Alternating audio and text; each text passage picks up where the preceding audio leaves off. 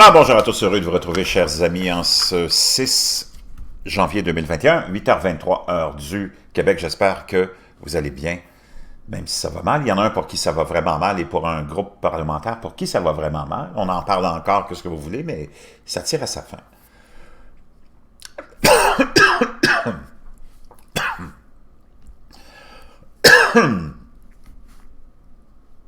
Les républicains et Donald Trump qui ont, hier, il semblerait, selon toute vraisemblance, ont perdu le contrôle de la majorité au Sénat. On était à 50-48 avant l'élection partielle, l'élection spéciale d'hier en Géorgie, où il y a 2 sièges qui étaient en jeu. Le révérend Raphaël Warnock a battu officiellement Kelly Loeffler, la femme du propriétaire de la bourse de New York, évaluée à plus d'1 milliard de dollars, qui parle au nom du peuple.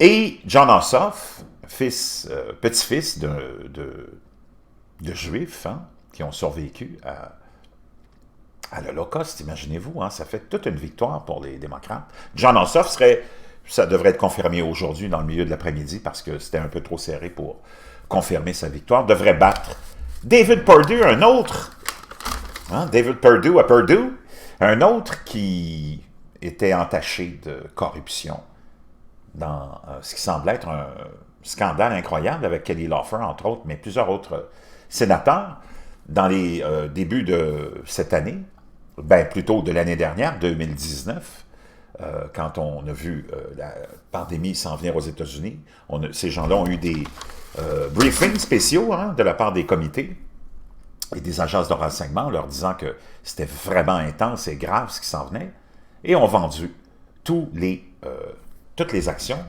qui étaient susceptibles d'avoir des contre-coups de cette pandémie-là. Donc, ça fait un petit nettoyage, disons. Les démocrates qui, selon toute vraisemblance, vont prendre le contrôle du Sénat. C'est certain que le comportement de Donald Trump dans les derniers jours a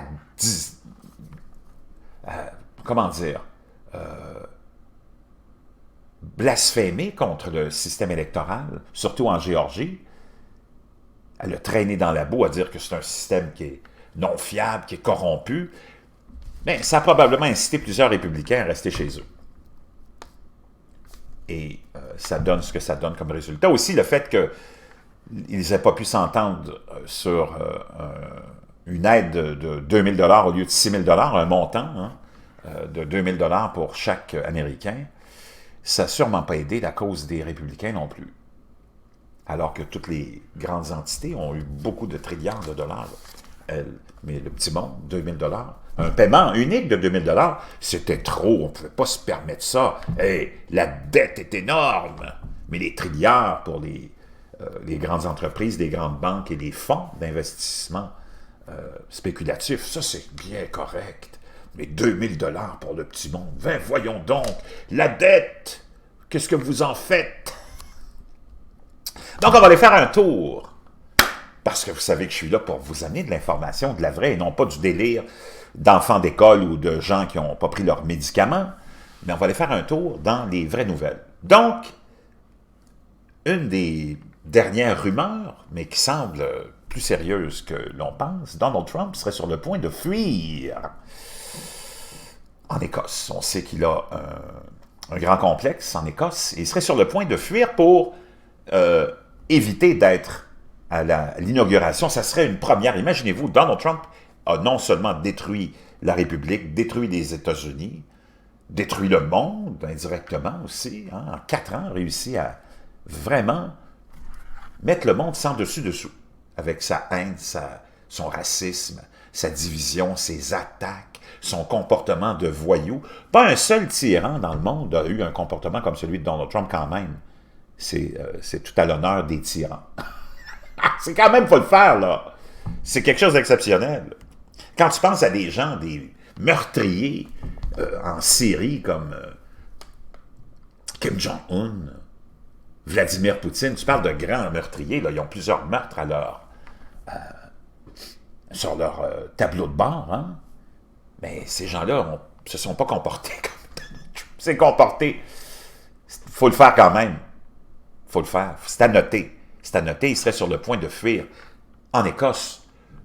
Mais que pour un petit voyage, pour éviter d'être à l'inauguration. Imagine-toi, le président des États-Unis sortant, Donald Trump, qui s'est présenté comme le sauveur, l'incarnation de Jésus.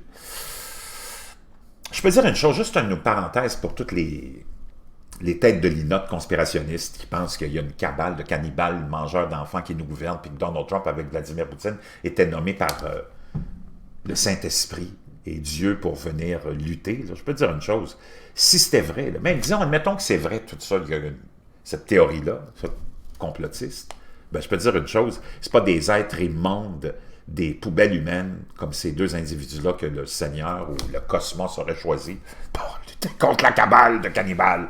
Parce que ces deux-là voudraient juste être à la tête de la cabale de cannibales. Comprends-tu? Donc, pour ceux qui sont encore sur Terre, qui vivent dans la réalité, parce que et c'est un peu ça le problème aussi, je continue ma parenthèse. On est dans un monde où tout le monde pense que ce dont il croit ou sur quoi sa foi est basée, c'est la vérité. Une foi, c'est pas une vérité. Une foi, c'est une foi. La foi de quelque chose, c'est tes convictions à toi. Ça n'a rien à voir avec des faits, puis la réalité, puis la vérité. Il n'y en a pas de vérité, premièrement. Toutes les foi s'équivalent, ou presque. Mais ça reste dans le monde virtuel, abstrait de la foi, qui n'a rien à voir avec la réalité, puis les faits. Et c'est important de faire la distinction entre les deux. Et le problème aujourd'hui, c'est que les gens confondent leur foi avec les faits et la réalité. Ça n'a rien à voir. C'est des choses complètement différentes, mais ont tellement alimenté leur non-sens qu'ils en viennent à confondre la foi et la réalité. Mais on ne peut rien y faire. On ne peut rien faire pour ces gens-là. Ça relève du domaine médical. Donald Trump est sur le point de fuir en Écosse. Donald Trump pourrait planifier un voyage à Turnberry, alors que l'aéroport écossais lui a dit de s'attendre. D'ailleurs, dans les livres de l'aéroport écossais, on a dans les livres des planifications de haut niveau, d'avions de haut niveau qui pourraient arriver, qui sont supposés arriver en Écosse. Et ça serait pour... Donald Trump voudrait fuir l'inauguration. Hein? Comme lui qui a perdu contre Joe Biden, Sleepy Joe est incapable d'accepter sa défaite et dans une crise de... vraiment un délirium tremens. Comment, après s'être comporté comme il vient de se comporter pendant presque plus qu'un mois, depuis la défaite du 3 novembre, avec son comportement. Et jusqu'à aujourd'hui, où devant le Sénat, on va contester, mais c'est vraiment théâtral, là. Et même Mike Pence, on ira voir ça dans quelques instants, a dit à Trump, « J'ai pas de pouvoir pour renverser ça, mon chum, là. Leave me alone. » Donc, avec tout le comportement grossier, vulgaire, de voyou de Donald Trump, penses-tu qu'il pourrait aller assister et faire une transition de pouvoir? Ben non. Il va s'en aller, honteux, en Écosse. Et c'est ça qu'on apprend du Sunday Post. On a dans les livres, justement, on nous dit qu'à l'aéroport de Prestwick, on s'attend à l'arrivée d'un avion militaire américain, souvent utilisé par Donald Trump. Donc, on a déjà ça planifié dans les livres de l'aéroport. Et là, on a la dirigeante écossaise qui a dit à Trump, « S'il te plaît, veux-tu rester chez vous? » Au milieu des informations selon lesquelles il pourrait se rendre sur son parcours de golf le jour de l'inauguration. La première ministre écossaise, Nicola Sturgeon, prend la parole du débat au Parlement écossais sur l'accord de... Elle lui dit, « Sais-tu quoi?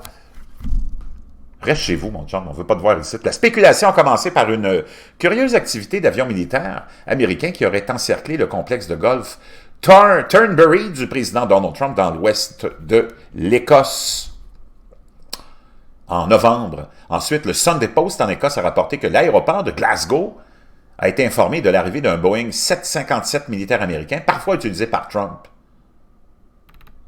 le 19 janvier.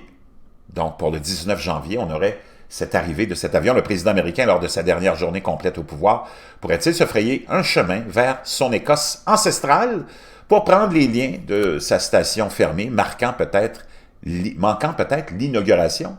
Mardi, on a demandé au chef de l'Écosse, la première ministre Nicola Sturgeon, si Trump allait dans son pays, dans sa direction, et quel pourrait être son message.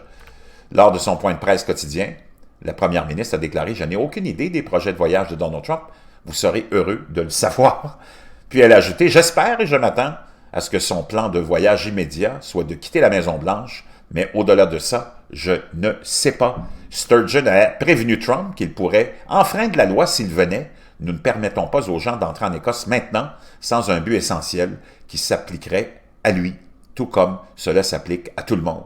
Venir jouer au golf n'est pas ce que je considérerais un objectif essentiel. L'Écosse, aux côtés de l'Irlande du Nord, du Pays de Galles et de l'Angleterre, sont en lockdown avec des ordonnances de rester à la maison, permettant aux gens de ne s'aventurer que pour un travail ou des achats essentiels pour faire un peu d'exercice et assister à des rendez-vous médicaux. Les hôpitaux ici se remplissent rapidement à mesure que les infections augmentent, entraînées par une nouvelle variante du virus. Quant au plan de Trump, pour le jour de l'inauguration de Biden, le 20 janvier, où ses projets de voyage de la veille, la Maison-Blanche a réfuté les spéculations. Les sources anonymes qui prétendent savoir que le président envisage ou n'envisage pas n'ont aucune idée, a déclaré le porte-parole de la Maison-Blanche. On ne peut pas vraiment se fier au porte-parole de la Maison-Blanche quand, depuis 4 ans, on est juste en plein mensonge 24 heures sur 24. Donc, le président Trump aura une annonce sur ses projets pour le 20 janvier et il vous le fera savoir. Donc, on nous dit qu'il n'a pas l'intention de se rendre en Écosse. On verra bien tout ça. Le vice-président Mike Pence a déclaré à Trump, ça nous vient de Capital Gazette, qu'il n'a pas le pouvoir de modifier le résultat des élections. Le vice-président Mike Pence a déclaré mardi au président Donald Trump qu'il ne pensait pas qu'il avait le pouvoir de bloquer la certification par le Congrès de la victoire de Joe Biden à l'élection présidentielle, malgré l'insistance sans fondement de Trump à le faire, ont déclaré des personnes informées de la conversation. Le message de Pence, livré lors de son déjeuner hebdomadaire avec le président, est venu des heures après que Trump ait intensifié la pression du public sur le vice-président pour qu'il fasse son offre lorsque le Congrès se réunira mercredi en session conjointe. Donc, Trump en privé, selon Politico, admet que c'est fini, mais veut se battre pour attirer l'attention. Est-ce que vous êtes surpris? Hein, cette mise à jour, ça a été publié aujourd'hui. Donald Trump a reconnu en privé qu'il avait perdu la présidence. Il sait que Joe Biden le remplacera. Il reconnaît que le Congrès certifiera officiellement les résultats mercredi. Il y a juste un fou qui pourrait dire le contraire. Et à une personne, Trump a même confié qu'il était juste déçu que nous ayons perdu. L'acceptation de Trump a pris forme ces dernières semaines selon 3 personnes qui se sont entretenues avec Trump. Au cours de cette période, une conversation ayant eu lieu il y a une semaine, Trump admet sa défaite, mais maintient toujours qu'il aurait remporté des élections équitables, ont-ils déclaré, malgré qu'aucune preuve concrète n'émerge d'une fraude électorale généralisée. Il a même discuté de ses projets de sortie de Washington avec le personnel, se demandant quand déménager dans sa station balnéaire au sud de la Floride.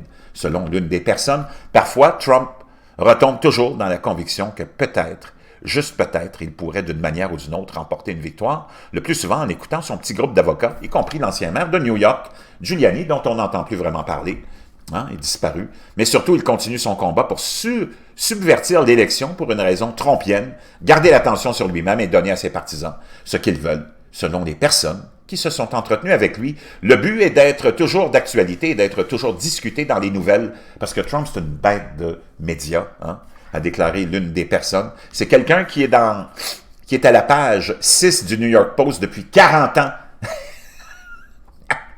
Il est au-delà de l'embarras. Dans cet esprit, Trump a maintenu une vague d'activités pour faire pression sur d'autres républicains afin qu'ils l'aident dans ses efforts pour bloquer la présidence de Biden dans les jours qui ont précédé le vote du Congrès aujourd'hui pour certifier le résultat des élections. Trump a convoqué de nombreux membres du Congrès et des législateurs dans les États du champ de bataille, tout en rencontrant des avocats et des assistants de premier plan. On se rappelle même de son appel téléphonique que je vous ai traduit, qui est vraiment wow. Dans tout ça, il y a les militaires qui se sentent vraiment, vraiment inconfortables. Les derniers efforts de Trump pour annuler les élections créent un malaise pour l'armée. Les dirigeants du Pentagone se préparent à toute nouvelle tentative présidentielle d'employer l'armée à des fins politiques, alors que le président Trump prend des mesures de plus en plus agressives pour renverser sa défaite électorale et que des gardes nationaux non armés se préparent à des manifestations pro-Trump à Washington le jour où le Congrès est prêt à certifier les résultats des élections. D'ailleurs, le dirigeant des Proud Boys a été arrêté. Il a été relâché, mais avec avec promesse de ne participer à aucune manifestation. Les hauts responsables du Pentagone, en réponse à une demande du maire du district de Columbia, Muriel Bowser, démocrate, de déployer des gardes nationaux dans la capitale nationale avant les manifestations de mercredi, ont souligné que la garde ne porterait pas d'armes à feu, n'utiliserait pas de véhicules blindés ou d'hélicoptères, ou recevoir le soutien d'unités dans d'autres États, une présence beaucoup plus discrète qu'en juin, après le meurtre de George Floyd par la police de Minneapolis. Donc, la posture prudente reflète la méfiance du Pentagone dans les derniers jours d'une présidence au cours de laquelle Trump a testé les normes d'une armée politiquement impartiale. Cela vient également après que les 10 anciens secrétaires de la défense américaine qui sont encore vivants aient publié une lettre ouverte commune avertissant que l'armée ne devrait pas jouer un rôle dans la détermination du résultat des élections ou interrompre une transition pacifique. Vraiment fascinant. James Comey, maintenant, nous dit que Donald Trump ne devrait pas être poursuivi après avoir quitté ses fonctions. Hein? James Comey, qui a été la bête de somme de Donald Trump. Donald Trump ne devrait pas être poursuivi une fois qu'il a quitté la Maison-Blanche, peu importe la quantité de preuves accumulées contre lui, écrit l'ancien directeur du FBI, James Comey, dans un nouveau livre. Le prochain procureur général des États-Unis, sous la direction de Joe Biden, ne devrait pas poursuivre une enquête criminelle sur Donald Trump, écrit Comey, peu importe à quel point la feuille de route laissée par l'avocat spécial Mueller, ou la puissance des preuves éparpillées sur son histoire, hein, des stars du porno ou de la fraude financière. Bien que ces cas puissent être juste dans le vide, écrit Comey, la mission du prochain procureur général doit être de favoriser la confiance du peuple américain. Cette opinion est susceptible d'en surprendre beaucoup, y compris peut-être Trump lui-même, car Comey est devenu un puissant critique de Trump et a été la cible fréquente des menaces et d'insultes de la part du 45e président. Comey a été limogé par Trump, tout le monde s'en rappelle, en mai 2017. Un acte qui a incité Mueller à enquêter sur l'ingérence électorale russe et les liens entre le président et Moscou. Et le nouveau livre de Comey, Saving Justice, Truth, Transparency and Trust, est le deuxième et sera publié le 12 janvier. Le Guardian en a obtenu une copie. Donc, Comey qui dit que Trump ne devrait pas être poursuivi. Donc, on verra bien si Trump s'en va, ou s'il pourra, s'il veut s'en aller en Écosse, quel motif il pourra utiliser pour rentrer en Écosse, parce que elle dit, la première ministre, tu peux pas juste venir jouer au golf ici, il faut que tu aies vraiment une bonne raison essentielle pour venir en Écosse. Donc, on verra quels sont les plans de Donald Trump pour le 20 janvier, mais selon toute vraisemblance, on n'aura pas une transition de pouvoir normale et pacifique dans le plus grand pays du monde, la plus grande démocratie. Donald Trump devrait être en train de bouder quelque part ailleurs. Imaginez-vous, waouh, le message que ça envoie, c'est Vladimir Poutine qui doit se frotter les mains.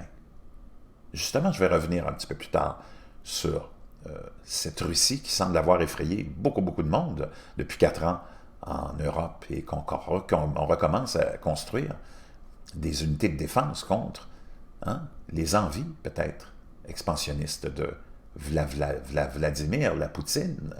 Je vous reviens.